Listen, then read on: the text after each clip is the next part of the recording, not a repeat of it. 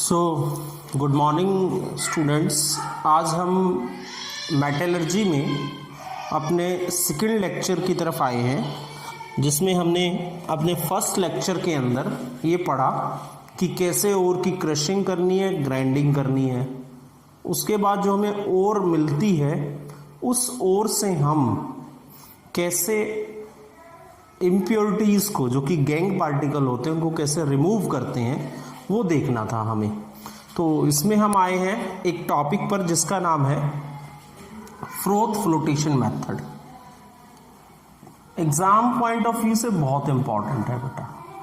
इसमें करते क्या है, हम ओर लेते हैं और उसके अंदर हम वाटर एंड ऑयल डाल लेते हैं और ध्यान रखते हैं कि ऑयल जो है ओर के साथ मिक्स होके हल्का होके ऊपर आ जाए, जिससे फ्रोथ बना लेता है और उसको हम स्किम ऑफ कर लेते हैं, बाद में सुखा लेते हैं। इससे हमारी ओर अलग हो जाती है और वाटर के साथ हमारी इम्प्योरिटीज़ हैवी होकर नीचे बैठ जाती हैं। एक बड़ा टैंक लेते हैं। बट जहाँ तक क्वेश्चंस की बात है तो जो क्वेश्चंस आते हैं उन पर फोकस करते हैं। सबसे पहले ये मेथड यूज़ किया जाता है गैंग को रिमूव करने के लिए, उन ओर के लिए जो इसमें सल्फर हो। तो सल्फाइड ओर के लिए इसको हम यूज करते हैं। फिर इसमें पूछा जाता है कलेक्टर क्या है और फ्रोथ स्टेबलाइजर क्या है। एग्जाम्पल पूछ सकते हैं बेटा, ध्यान रखें मैंने एग्जाम्पल लिखे हैं, तीनों याद रखने पड़ेंगे। Pine oil, fatty acid and xanthate, ये कलेक्टर होते हैं। इनका काम है जो आपने ओर ली है। अब मैंने ओर मिनरल के ब्रैकेट में लिखा है क्योंकि सभी ओर मिनरल होते हैं। ओर को इंक्रीज करती है, ओर को नॉन वेटेबल बनाना, मतलब ओर को गीला नहीं होने देने का काम है। ओर को किससे गीला नहीं होने देना? पानी से गीला नहीं होने देना। ये कलेक्टर का रोल है। फिर है फ्रोथ स्टेबलाइजर। इसके एग्जाम्पल भी आपको याद करने हैं, क्रिसोल एंड एनिलीन। ये फ्रोथ को स्टेबलाइज करता है। स्टेबलाइज का मतलब वंस फ्रोथ आर फॉर्म्ड, आपको लंबे टाइम तक उनको स्टेबल करके रखना। स्टेबलाइजेशन का काम है फ्रोथ स्टेबलाइजर का। एक चीज और होती है, देखिए कई बार हम एक से ज्यादा सल्फाइड और ले लेते हैं, जैसे PbSOZNS, ये दो सल्फाइड और मान लीजिए मैं फ्रोथ फ्लोटेशन के थ्रू इनके अंदर से गैंग पार्टिकल निकाल रहा हूं, तो इन दोनों के फ्रोथ बनने के चांसेस हैं। बट इनमें एक दूसरे के लिए इम्प्योरिटी का काम करते हैं, तो एक और को हमें प्रिवेंट करके रखना ताकि वो फ्रोथ ना बनाए। तो उसके दो तरीके हैं। एक तो आप याद करेंगे डिप्रेसेंट क्या है, ये कॉमन क्वेश्चन है। दूसरा, आप ऑयल और वाटर के रेशियो को एडजस्ट करके भी, ऑयल को कम ज़्यादा करके किसी प्रोपोर्शन में भी आप ऐसा कर सकते हैं। मेन जो आता है हम डिप्रेसेंट डालते हैं। तो पूछते हैं डिप्रेसेंट क्या है, ये एग्जाम्पल है। ये करता क्या है, ये रोकता है, prevent one type of ore to be form froth, एक टाइप की ओर को फ्रोथ बनाने से रोक देता है ये। इसमें जैसे हमने लिखा है, ये ZNS के साथ कंबाइन होके ऐसे इनसॉल्युबल कॉम्प्लेक्स बना लेता है जो नीचे सेटल डाउन हो जाते हैं। तो फ्रोथ फ्लोटेशन में आपको collector, froth stabiliser, depressant and sulphide ore के लिए यूज करते हैं। उसके बाद हमारा नेक्स्ट एंड लास्ट मेथड आता है इसमें, लीचिंग। लीचिंग बेसिकली बेटा एक केमिकल मेथड है जिसके अंदर हम कोई केमिकल का इस्तेमाल करेंगे। जब यूज किया जाता है जब ओर उस केमिकल के अंदर सॉल्युबल होती है। हम दो एग्जाम्पल पढ़ेंगे। एक तो बॉक्साइड की लीचिंग पढ़ेंगे। बॉक्साइट एल्यूमिनियम का एक ओर होता है, उसके अंदर इम्प्योरिटी होती है, उनको हम निकालेंगे। एक नेटिव मेटल्स होती हैं, नेटिव जो फ्री मेटल होती हैं, सिल्वर और गोल्ड, उनके अंदर डिसॉल्व्ड होती हैं इम्प्योरिटीज, उनको निकालेंगे। उसके लिए हमें पढ़ना है मैकआर्थर साइनाइड प्रोसेस, इसको कहते हैं। साइनाइड की प्रेजेंस में होता है, मैकआर्थर साइंटिस्ट का नाम है। इस प्रोसेस को कहते हैं बेयर प्रोसेस। बेटा ये अभी CBSE में 20 में आया था कि मैकआर्थर प्रोसेस में कौन सी रिड्यूसिंग मेटल का यूज करते हैं, कौन सी मेटल का, तो आंसर उसमें जिंक है, जिसको हम फर्दर देख रहे हैं बेटा। सी बेटा देखिए इसमें फर्दर हम लीचिंग ऑफ बॉक्साइड को डिटेल में डिस्कस करते हैं। जो बॉक्साइट होता है हमारा, उससे हम एल्यूमिना को बनाएंगे लीचिंग से। तो इसमें कुछ केमिकल रिएक्शंस हैं। सबसे पहले जो बॉक्साइट है बेटा, उसके अंदर ये इम्प्योरिटीज होती हैं, आइदर सिलिका, आयरन ऑक्साइड या टाइटेनियम ऑक्साइड। क्या करते हैं, जो बॉक्साइट है हमारा, बॉक्साइट, आपको रिएक्शन ध्यान रखनी पड़ेगी, सोडियम हाइड्रोक्साइड 45% और वाटर से अराउंड 500 केल्विन और यूज प्रेशर 35-36 बार ज़्यादा प्रेशर रहता है। इस पे हीट करके हम क्या करते हैं, जो एल्यूमिना है इसका, वो सोडियम हाइड्रोक्साइड में डिसोल्व होके सोडियम एल्यूमिनेट बना लेता है, और जो आयरन ऑक्साइड और टाइटेनियम ऑक्साइड की इम्प्योरिटी वो एसएच रह जाती है, जबकि सिलिका की जो इम्प्योरिटी वो सोडियम सिलिकेट बना के प्रेसिपिटेट आउट हो जाती है। फिर हम जो सोडियम एल्यूमिनेट है, क्योंकि हमने बेस डाला है, उसको एसिडिक बनाने के लिए या न्यूट्रलाइज करने के लिए हम CO2 डालते हैं। Sodium aluminate is neutralise by CO2, we get hydrated alumina. हमें ये हाइड्रेटेड एल्यूमिना मिल गया, एल्यूमिना जिसके अंदर वाटर है। अब क्या करना है, हाइड्रेटेड एल्यूमिना को फिल्टर कर लेना है, सुखा लेना है और हीट करना है, so that we get the pure alumina. Bauxite से एल्यूमिना बनाने के लिए पहले सोडियम एल्यूमिनेट कराया जाता है, फिर उसको हम न्यूट्रलाइज करते हैं CO2 से, फर्दर उसको ड्राई करके वी गेट द एल्यूमिना। इस प्रोसेस को बेटा हम बेयर्स प्रोसेस के नाम से भी जानते हैं, बेयर्स। तो ये इंपॉर्टेंट क्वेश्चन बन जाता है, यहां से बीच से भी पूछ सकते हैं सोडियम एल्यूमिनेट कहाँ बनता है या कुछ और भी। Similarly leaching of silver and gold है, तो क्या करते हैं, इसमें कोई मेटल सिल्वर या गोल्ड की सोडियम साइनाइड के साथ, तो मैंने यहाँ आयनिक रिएक्शन लिखी है, वाटर एंड ऑक्सीजन के प्रेजेंस में पहले कॉम्प्लेक्स बनता है। इस कॉम्प्लेक्स बनने का मतलब साइनाइड के अंदर मेटल जो है वो डिसोल्व हो गई है और इम्प्योरिटीज लिव रह गई है। अब ये जो कॉम्प्लेक्स है उसको ब्रेक डाउन करके मेटल को फ्री करना है by the help of metal zinc.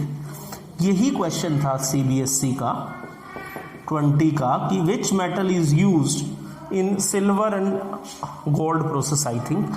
या पूछा होगा इस मेथड का नाम मैक आर्थर साइनाइड, पूरा नाम है MacArthur Forrest cyanide process.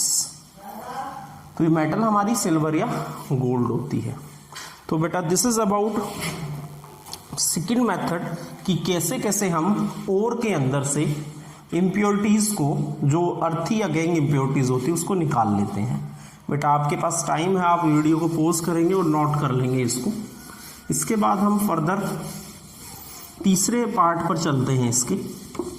अब हमारे पास, जैसे मैंने शुरुआत में आपको लिखा था, मेटलर्जी के 4 स्टेप होते हैं। पहले 2 स्टेप हम पूरे कर चुके हैं, अब तीसरा स्टेप है हमारे पास। अब